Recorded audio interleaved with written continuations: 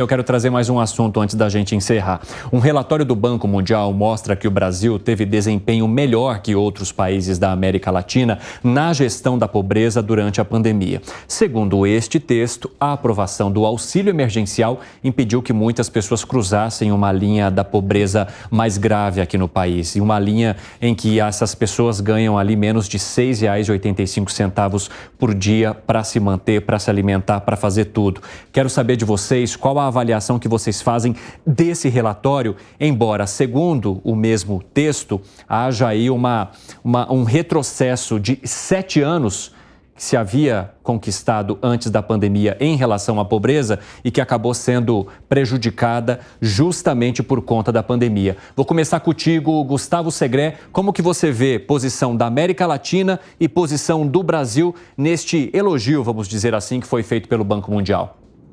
Evandro, quando a gente toma as estatísticas, a América Latina estava acima, né? Por cima dos indicadores brasileiros. O Brasil estava, antes da pandemia, em 28,6, 28,8, chegou a 31,4 em 2021, por causa da pandemia, e diminuiu para 28,8 no 2022.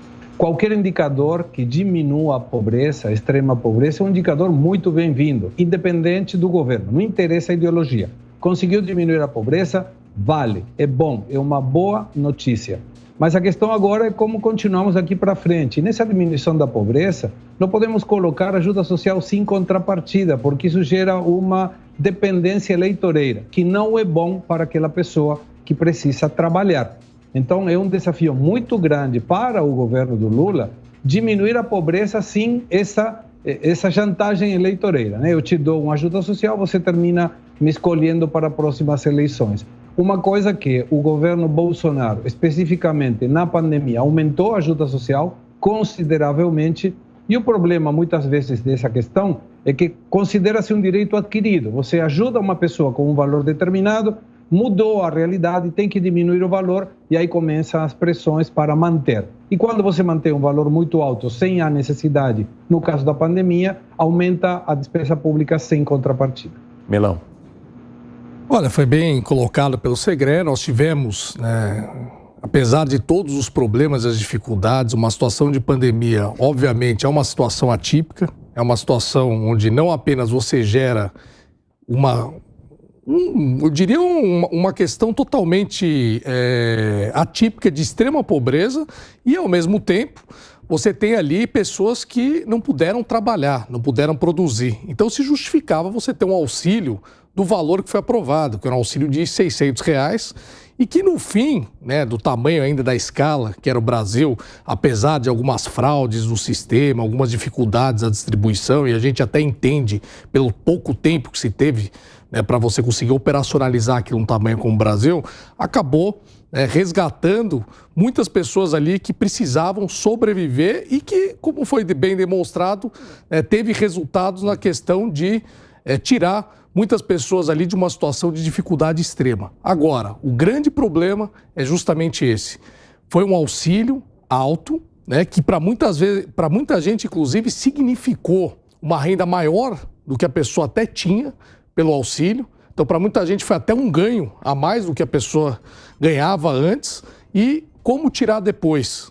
Porque, infelizmente, muitas vezes um benefício em uma situação emergencial, por ter sido uma situação atípica, é entendido como um direito adquirido. Sim. E depois, para voltar atrás, é uma dificuldade imensa. Ainda mais quando entra, na sequência, um governo de caráter populista e que sabe muito bem trabalhar com esses auxílios e sabendo que a sua manutenção gera ali uma dependência daquelas pessoas de uma máquina estatal e governos que sabem muito bem trabalhar com essa máquina estatal e uma possível dependência que traria reflexos e ganhos eleitorais com ela. O nosso tempo está chegando quase ao fim. Eu vou ter aí menos de 30 segundos para cada um para a gente finalizar. Piperno, você acredita que é possível elogiar o Brasil nesse momento em relação à pobreza e à fome? É importante elogiar, sim, a atuação firme do Congresso brasileiro. Num primeiro momento, o governo assinou com benefício de R$ 200.